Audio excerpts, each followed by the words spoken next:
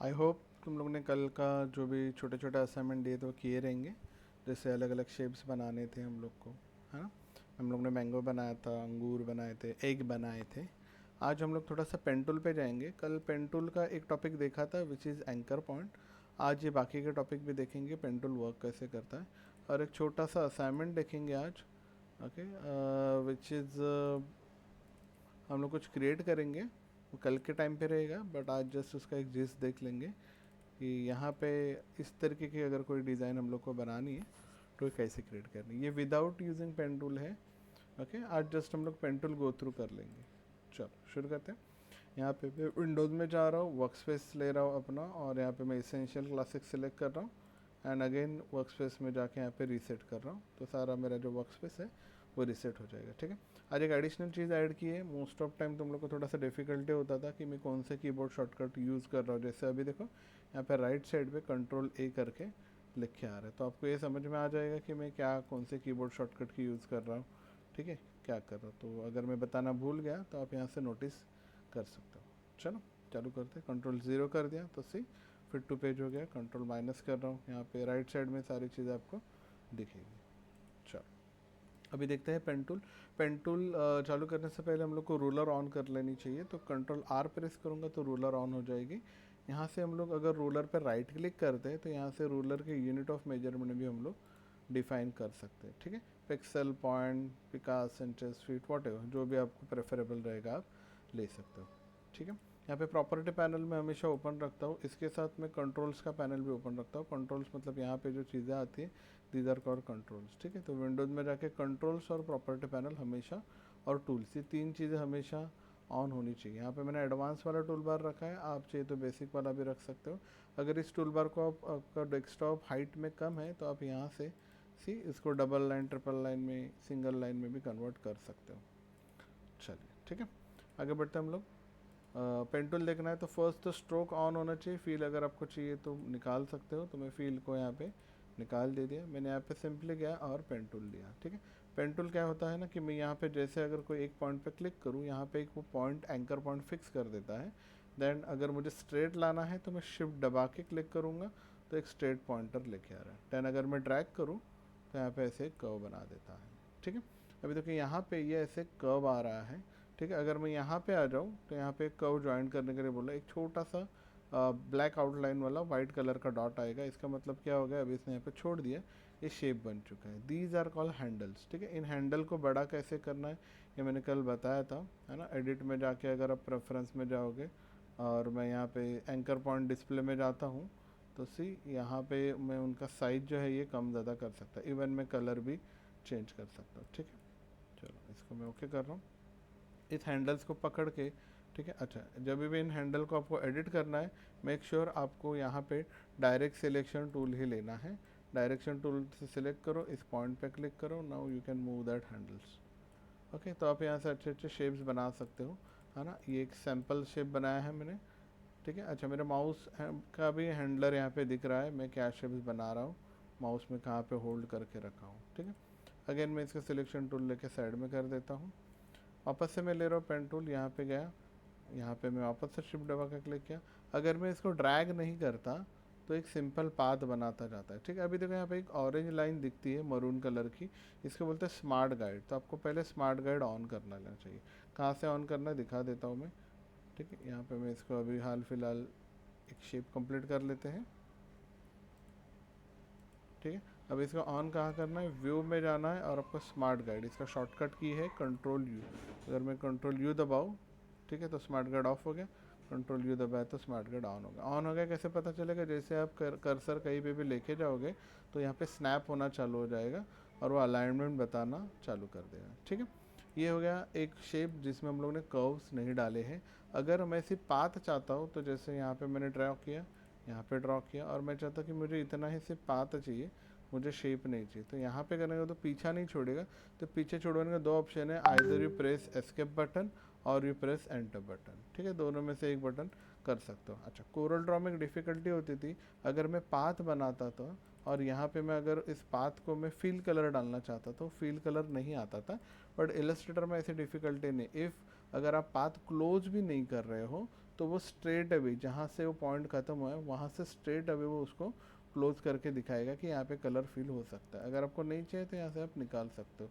Like अगर मैं यहाँ पे कोई कर्व बना रहा हूँ लाइक दिस, ठीक है, और अगर मैं यहाँ पे इसको ऐसे क्लोज कर दिया, ठीक है, और एक दूसरा कर्व बना रहा हूँ लाइक दिस, ठीक है, और इसको मैं क्लोज नहीं किया, ठीक है, इन दोनों केस में इसमें क्लोज है तो इसको मुझे जैसे चाहिए वैसे मैंने क्लोज किया था।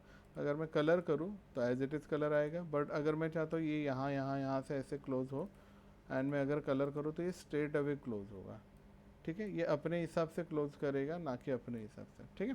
इसको डिलीट कर दे रहा हूँ मैं।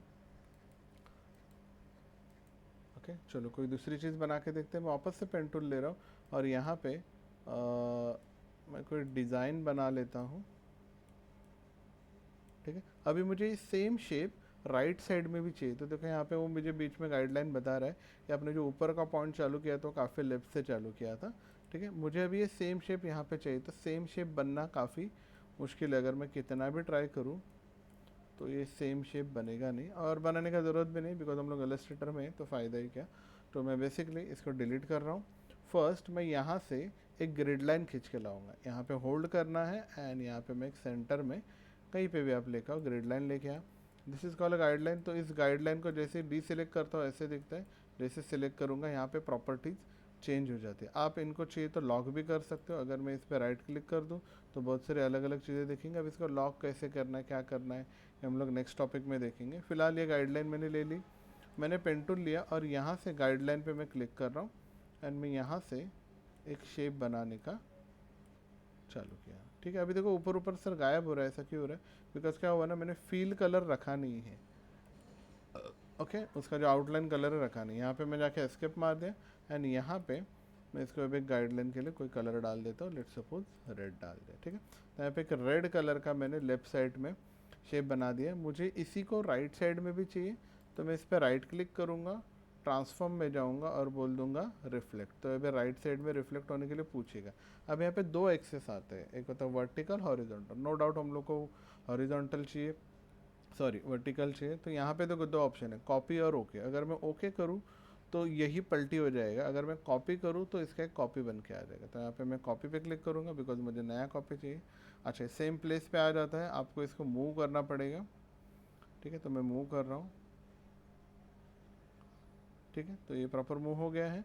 अल्दो अगर मैं इसको क्लिक करूँ और यहाँ पे मुझे स्विच का ऑप्शन है, अगर मैं शिफ्ट दबा के एक्स दबाऊँ तो कलर आ जाएगा। इसको भी अगर मैं शिफ्ट दबा के एक्स दबाऊँ तो कलर आ जाएगा, ठीक है। अभी लगने को ये एक ऑब्जेक्ट लग रहे हैं, अभी इस गाइडलाइन को मैं निकाल देता हूँ, ठीक है। अगर मैं इसका थोड़ा सा राइट में मूव करूँ तो ये लग जाएगा, और इनको ग्रुप करूँ तो एक ऑब्जेक्ट बन जाएगा। बट ये ऑब्जेक्ट नहीं है, ये ग्रुप ऑफ ऑब्जेक्ट है, मतलब इनिशियली दो अलग अलग ऑब्जेक्ट है, ओके। अगर बाद में कभी इसको ब्रेक करना पड़ा तो मैं राइट क्लिक करके अनग्रुप कर दूंगा, तो ये दो ऑब्जेक्ट है। मुझे ऐसा नहीं होना चाहिए, मैं चाहता हूँ कि ये दो एक हो जाए, ठीक है। तो फर्स्ट ऑफ ऑल मैं इसको एक आउटलाइन दे देता हूँ समझने के लिए।